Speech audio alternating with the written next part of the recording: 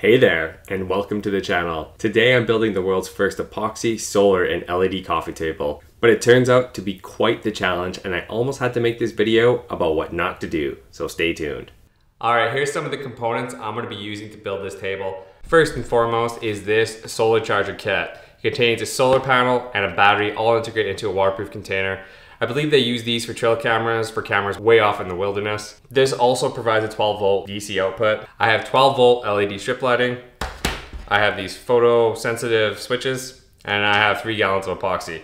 So the rough idea is I'm going to take this, I'm going to build a table around it that's going to be connected to these LEDs underneath the table to provide ambient lighting. And I have these switches to turn the lights on when it gets dark out. And then I'm just gonna cover everything in epoxy to seal it. With that stuff out of the way, I just want to make sure that this project is actually going to be viable. So here I am, I take everything out and I actually plug in the solar panel into the LEDs just to make sure that they're going to work. Which, as you can see, they work beautifully. But that's not the last thing I need to test. I need to actually hook up the switch and actually make sure that it can turn on the LEDs after being placed in this little container. Okay, now it's time for the fun part, actually building the thing. I'm going to take a few measurements and jot them down on a piece of paper. Next, I'll start cutting some plywood down for the tabletop. I'm going to use 1/2 inch on top and 3/4 inch on the bottom. And the reason for this is pretty simple. The thinner part of the solar panel is a 1/2 inch. So if I make staggered cuts in both of the 3/4 inch and 1/2 inch panels, I can actually fit the solar panel in place. A little bit hard to explain, but I'll show you in the video. And here I am marking out where one of the stagger cuts should go. I mark it on both, and then I use my jigsaw to cut everything out. And as promised, here's everything all together. You can see the stagger cut because the bottom panel's gap is a little bit narrower than the top panel. And then you can also see where the photosensitive switch is going to live. I just kind of pushed it in there for now, but later we'll be gluing everything in place. At this point, you might be wondering, how am I going to turn these 2 plywood panels into an actual tabletop? Well, the answer is simple. I'm going to use a bunch of glue and just laminate them together using clamps. After that, I'll use my track saw to clean up the edges, and then I'll apply some edge banding. The reason for this is that I'm going to be using a clear epoxy later, and I want to make sure I hide the plywood edges. Now, I briefly said at the beginning of this video that I wanted the LEDs to be underneath the table in order to provide ambient lighting. In order to do this, I decided to cut these grooves on the bottom so that I could put the LED strip lighting in them. And then when I finally pour the epoxy, everything will be encased in it. And I haven't mentioned it before, but the color for this table is going to be black. This means that I'm going to be painting the plywood black and using a lightly tinted black epoxy around it. So setting aside the tabletop to dry, I decided to start working on the base. I'm going to go with my tried and true pedestal base, which is by far my favorite coffee table base. It's really simple to build. It's just a box that you paint black, but it's super useful because it leaves a lot of space around the coffee table to walk or vacuum or do other things. And it was right about now I noticed my Festool track saw started to do something weird. Right in the middle of the cut, it would just randomly die. I have no idea why this was happening. If you guys know, please leave a comment down below. I think it might be something to do with current, but I'm not sure. Next up, it's time to actually make the box. I'm going to be using my table saw to cut 45-degree miters on all the sides. This is probably my least favorite cut as it feels like I don't have that much control. In the future, I think I'll invest in some sort of jig that'll let me do this a lot safer. But for now, it worked fine. Next step is to assemble the box. I'm going to be using masking tape applied to the back side of the panel so that I can flip and glue everything together. But it's not quite done because I need a top. This top will let me attach it to the actual tabletop using screws later. I cut this out on my table saw, using a much safer cut this time, and then just use pocket holes to attach it in place. And now it's time to start painting. I'm going to be using my gray coat sprayer for this because it leaves a much nicer finish than that foam brush. And because you'll be able to see the painted plywood through the epoxy, I want to make sure it's as flawless as possible. And obviously you'll be able to see the base as it's uncovered. And so I set up my super complicated spray booth, which is just a sheet of plastic over my table and table saw and get spraying. This setup honestly works pretty great, capturing about 95% of the overspray. So it's super easy and I just go with it. And as you can see, the results are almost flawless. There's a few splatters, but those are mostly from operator error. Now it's time to finish the tabletop. I simply push in the photosensitive switch using a hammer and a piece of wood to tap it into place. Now you may have noticed those giant gaps around the photosensitive switch. My plan is just to fill those with epoxy. So first I have to seal the bottom of the table using a bunch of Tyvek tape, and a bunch of CA glue in that little groove where the wires are sticking out. And then I mix up 16 ounces of epoxy and start pouring it into the gaps, just filling it out. This took a little bit. Actually, it took 2 pours because I had to come back and top it off. But in the end, it looked like this. Unfortunately, it didn't look super good because the sheen was different. So I decided to go back at the end and just paint everything with the sprayer one last time to get everything a uniform look, including the epoxy and the plastic, obviously leaving the solar panel untouched. And after letting it dry, I flip it over to take a closer look.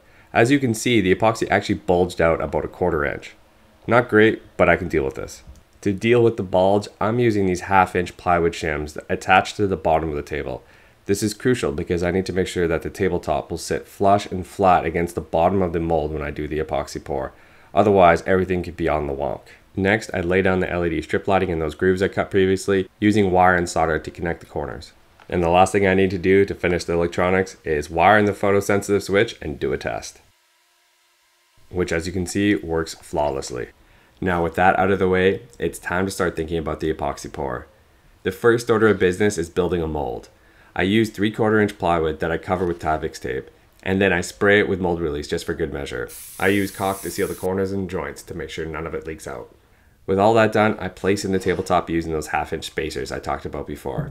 Now one thing that is absolutely crucial with this pour is to note that wood will actually float in epoxy. And because I need to submerge the entire tabletop in epoxy, I actually need to screw up from the bottom of the mold through those plywood spacers into the tabletop. If you're wondering how I did this, I kind of just guessed where those spacers were going to be, and I got 3 out of the 4 of them right. Now let's begin mixing the epoxy.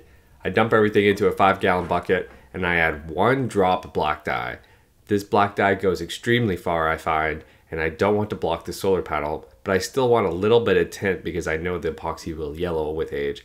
So I put 1 drop black dye per 3 gallons of epoxy. And then I start mixing everything together using my paddle drill. I do this for about 10 minutes to make sure everything is completely mixed. One thing to note is doing this will produce a lot of little air bubbles in the epoxy. And because it's mostly clear epoxy, I was pretty worried about this. And I don't know if this is a genius idea or not, but one thing I noticed while mixing is that the epoxy with the little air bubbles inside would constantly circle from the bottom to the top. And so I figured if I used my torch while I was mixing, I could pop a lot of them. And honestly, it did a pretty good job. At the very end, I'll show you everything, and there was only a few air bubbles left in the actual epoxy. And so with the epoxy mixed, it was time to do the pour.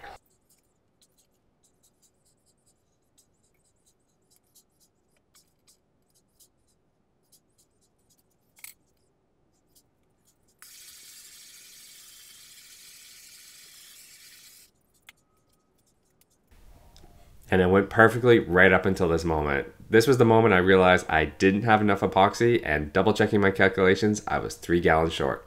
So I can't believe I did this. I didn't order enough epoxy. I was about 3 gallons too short. I have no idea how I did that calculation wrong. So I've ordered another 3 gallons. They'll be here on Saturday. I don't think it's gonna be that big of a deal because it's mostly clear anyway. I'm hoping it'll look good. There's a slight tint of black to it, so hopefully that'll help blend it a little bit better. So I'm just gonna wait till Saturday and I'll see you guys then. And then another disaster struck. All right, guys, I think I completely messed this table up and I don't think I'll be able to salvage it. What happened is I turned off all the garage lights when I went to bed one night, and that started discharging the battery into the LEDs, completely draining it, which I didn't think was gonna be a problem because the solar panel I thought could charge it back up, but it hasn't been able to. I bought these really bright lights for growing plants, which should be able to charge the solar panels, but it still didn't work. It says it's charging with those lights, but it only really gets to the first bar, which is not enough to actually start powering the LEDs.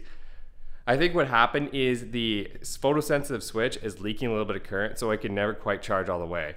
That's a problem, and I doubt I'll be able to fix this table. Maybe I'll get brighter lights in the future and try it out. But for now, I'm just gonna keep going on because this is an experimental table for me so that I can build again in the future with a bigger solar panel. So with that being said, I'm gonna finish this pour and then we're gonna assemble everything all together and then we're gonna do a big reveal. You may have noticed at the very beginning of this video, I showed some B-roll footage of the table actually working. So spoiler alert, I do actually figure it out. But for now, let's continue with the second pour. Before pouring, I scuff everything up with sandpaper and then I pour about 2.5 gallons. And then I let it sit for a moment and use my torch to pop the bubbles.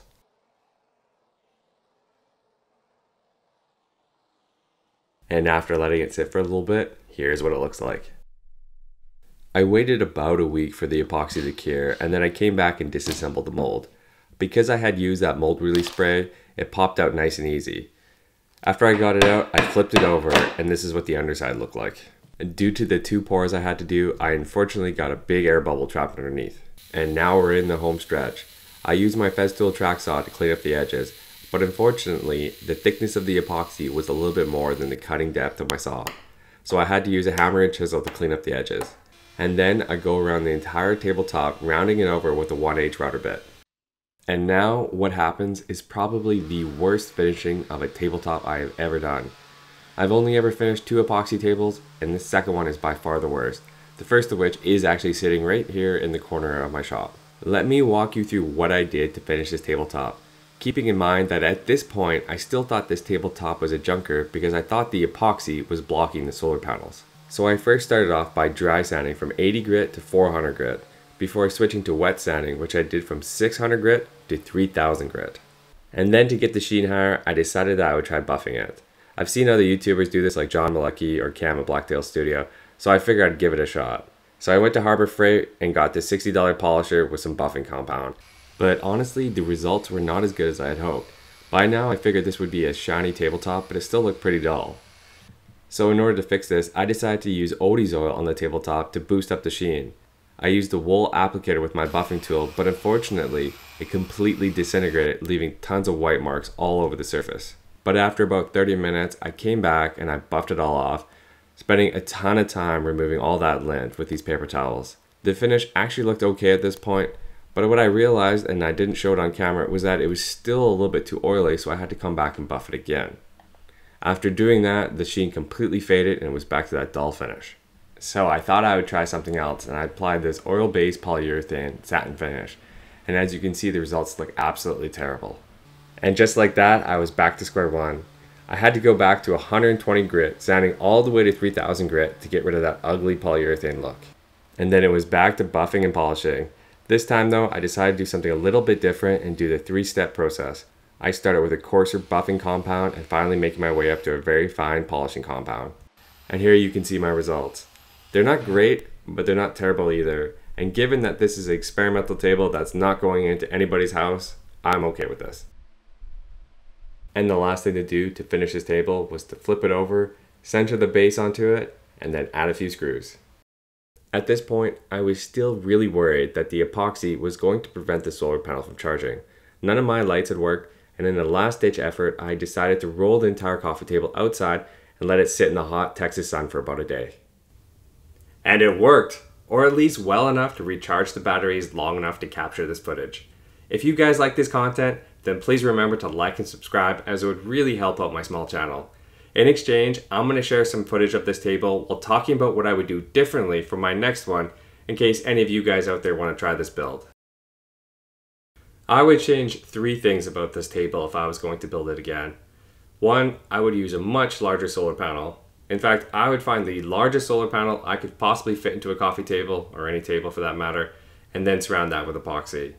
2, I would choose a blacked out solar panel. This one's more personal preference, but I don't really like the silver lines in the current solar panel I have, and I would go for one that's completely black. And then 3, I would go for a much larger battery, as large as I could possibly get and fit into a table while keeping it in the budget. The current one I have is 2 amp hours, which is tiny given the number of LEDs I have. And that's it. Thank you guys for watching, and I'll see you in the next one.